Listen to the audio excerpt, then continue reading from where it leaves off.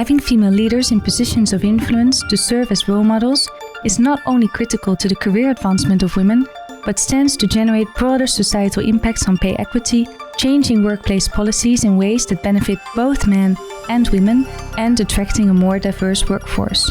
So many reasons for us at dentsu to found the Her community, having equal rights. So, good morning. Good morning. Jasper, Remco, Edwin, yes. Good morning. Great to have you here. In light of the launch of the Her community, having equal rights, which we are launching in the week of March 8th. Very excited to have you here to talk about the topic of equal rights. So maybe we can start first with a round of introductions. Jasper, you want to kick off? Hello, I'm Jasper. I'm a creative director at dentsu Creative, and the bottom floor people. We make campaigns. I think that's a good... and I've worked here for now 11 years for the company. Oh, wow. First at Achtung and now dentsu Creative, yeah. And still counting. Still enjoying it, yeah. Nice, Jasper. Remco. Nice, that's short. Remco, I'm team lead social media, working at Merkel, of course, part of dentsu. I'm now with the company for 8 years. So, I'm still going strong. So, looking forward to more years to come.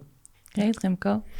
Edwin, data strategist and team lead audience insights and effectiveness. Working at the company for 22 years now, so still going. Wow. And we try to make let data work for us. That's actually what we're doing in our daily work. Great. Well, quite some years of experience and knowledge here at the table. Again, thank you for being here. I would love to talk about the reason for or the need for having a community such as the Her community. Edwin, what is your thought about that? Why do you believe there's a need? I think, there's a great need. As a kid, we grew up in a culture with all kinds of norms and values. So they become part of your package, and you actually never ask yourself what those norms and values mean for you. You learned it as a young kid.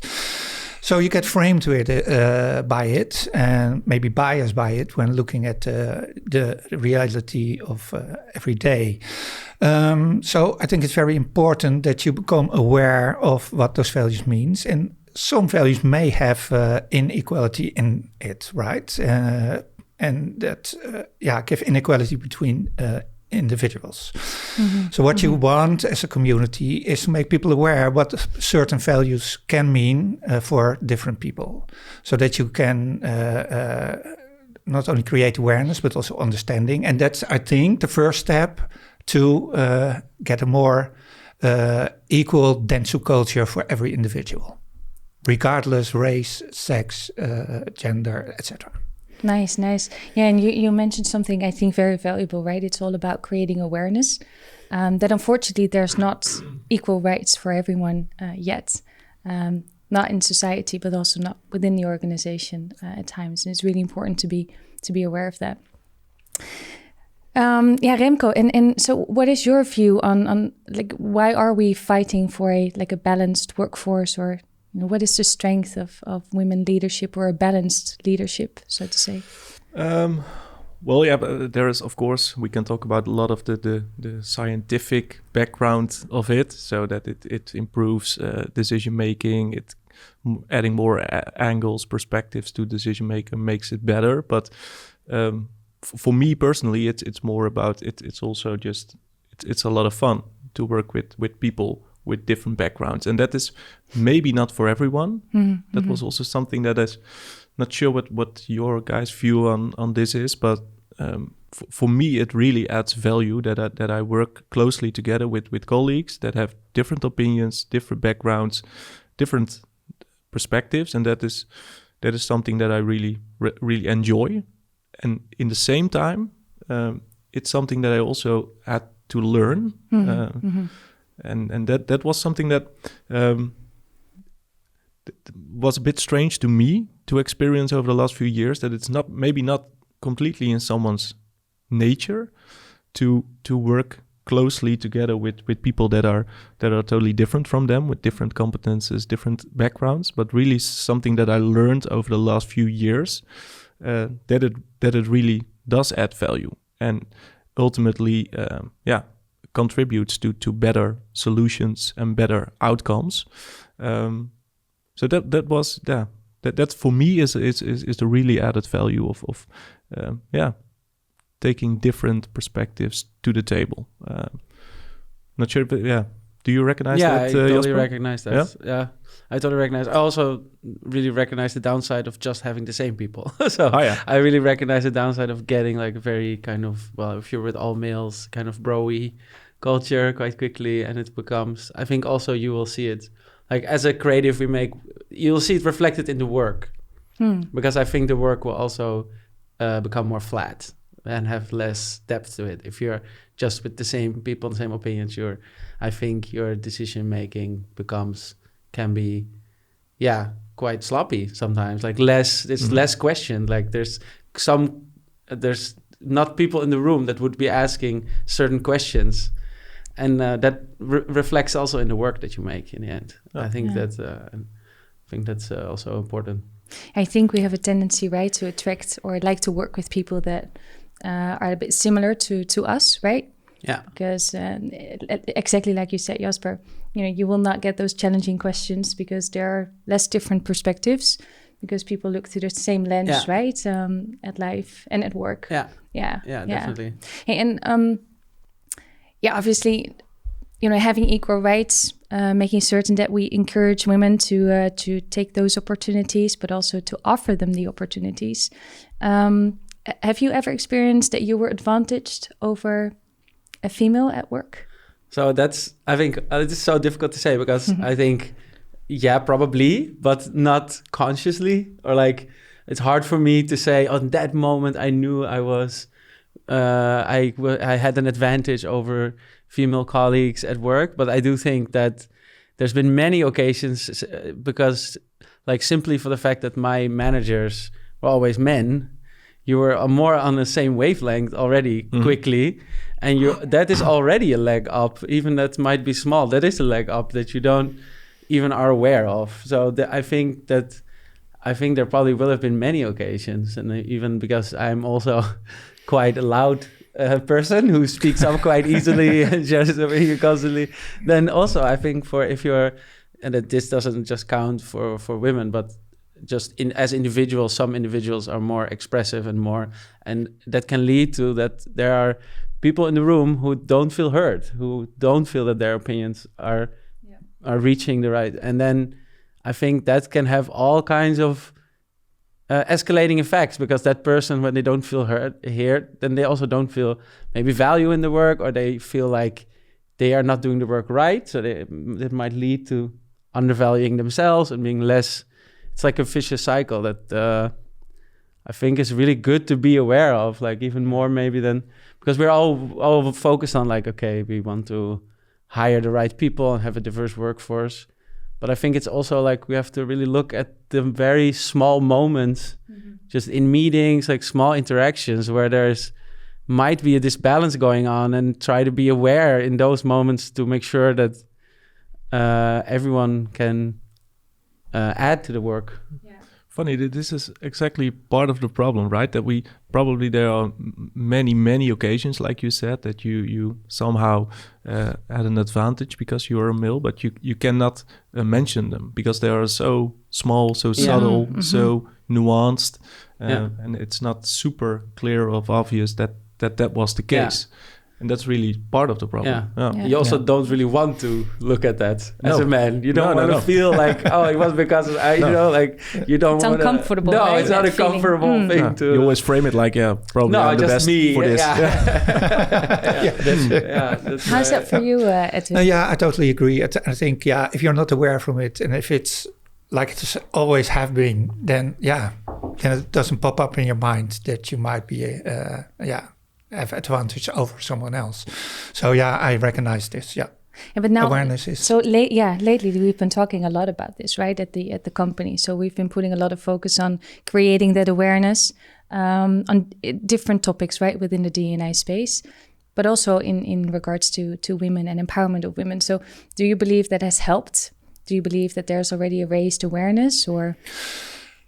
I believe yes, but I think we can't expect that to change things overnight. True. This is something, if you, like me, have a certain age, you grew up with all those values and stuff over many, many years, then it takes time to change and to get in the process. But awareness is the first step. So, and Absolutely. that's what we're doing good. And then we have to live the word. And from awareness, see how we can change things, where are the pain points, and how we can change them and make them part of our new culture. Yeah. And Yeah. that takes time. Yeah. We're doing quite okay. And I'm saying quite okay because obviously there's still room for improvement with the number of female leaders at dentsu. I think we discussed this before, right? It's not necessarily having a woman in a particular role, but making certain you have the characteristics that are typically represented within women to have that balanced leadership, right? That's very strong. So when we look at the number of women at a particular level, we're doing quite well. At the lower level leadership roles, we see a little bit of a disbalance. So we see more men represented. Why is that? Would you have an idea? Because you're working a lot with the with new leaders. Yeah, that's the $1 million question, right? Why is it that we didn't Yes. solve this problem yet? I think that there's not a simple solution or answer to that question. I think it's a lot of aspects, a lot of components that are a reason for this, and I do experience that. I think in general that women are a little bit more reluctant to really step up and say, I'm the right person for this position, where sometimes male do that easier. So they just say, okay, I'm not sure if I'm the right person, but Let's give it a try. yeah, let's try and I will make it work. And where does that reluctantness comes from, in your view? So if you observing it from the outside. Yeah, difficult question. That's of course about why is someone the person that he or she is. Yeah. Maybe it is because more male people just take that stage and put themselves in the spotlight. It's for females a little bit. Yeah, it's not easy to also take that step immediately. So maybe it is connected to each other. Yep. Not sure. And I also think that what I experience is also that leadership decisions mostly are a lot influenced by limiting risks or avoiding risks. It's a lot about taking logical and easy decisions. So we already have maybe this person in senior leadership, or this person already has the background and the capabilities, the proof that he's a good person for a senior management position. So let's avoid risk. Let's try to put this person in this position. So then probably everything will be fine. And it takes a little bit more, courage, a little bit more risk to say, okay, we have a super talented lady in our organization who might not be proven the one in that position yet, but we are super confident that she is capable of doing that.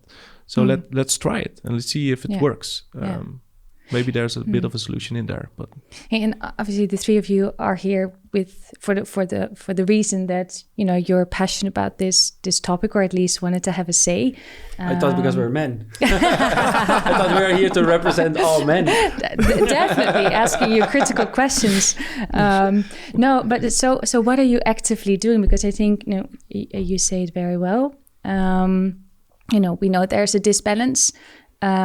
Maybe there is a reluctantness in certain occasions. Obviously, also very much dependent on the personality. But we do know that women, based on research, tend to be a little bit reluctant when going for a job. They really want to hit all the 10 criteria instead of male. If they hit 4 or 5 of them, they will just go for it. So what can we do, or what can you do as males to actively support and to be allies for women to really unlock that potential, to really go for it? Well, when I'm looking at my team, we have really tremendous potential in my team, women. Because in communication, we have a lot of women actually working in this industry. But looking at my team, we have. They're so talented, and I have good hope for the near future. And what can I do as a manager? I don't see myself as a manager, but more like a coach. Is to make their career path. Already, they just started 1.5 years ago. Make a career path already part of the business. We discuss it. What are the possibilities? How do you see the near future? Do you want to develop more as a leader? Do you want to develop more as a specialist? We have to think about it now, so we can make a nice path for you and make your ambitions come true. So that's what I do at the moment, and they seem to appreciate it. But there is still a little bit of doubt, that I recognize also in your story, to make that choice. I think that's what I really find difficult, to make a choice and go into a certain direction. But I try to stimulate that by discussing it, every month over and over again. Also to push a little bit to make a choice. Nice. Get out of the comfort zone. Exactly. Yeah. Nice, Edwin. Nice. What about you guys? Yeah, I would say I think it's difficult to answer this question. If I'm doing enough, like what are you doing? I don't know. I think we are. If I look at ourselves, I think we are doing things, but we could do it better. I think, and I try to. I mentioned the things like I really look at the individual, and I like to. I try to make sure that in meetings everyone is heard, everyone gets a space to share their opinion. But also I try to when we make work, we try to make sure that it's an accurate reflection of, or kind of an ideal reflection of how we want it to be. Like I think that is also really important for us as we're making actually physical content that people will see on the television or in a banner, and that. I think that's also important that we show a diverse picture there. So that's something, and I think in that place we have come a really long way, because if you would look to, I think before Black Lives Matter and before George Floyd, that wasn't really that much of a topic, and now all clients will ask for it. Everybody is really, very aware of that. Yeah, thankfully I think that is good. It's a good, really good progress there. Like the motto, we can always do things better. I think that's for ourselves. I mean, this Monday there was the Hane-diner. I don't know if you saw it. Yeah, I saw it. Yeah. And I was like, what is this? Was I think we can meals only. No, I don't know what it was for. It was like kind of dinner. I think it was very innocuous, but the name was the Hane-diner. And I was like, it sounds like Vindicat is coming. I was like, it was hosted indeed.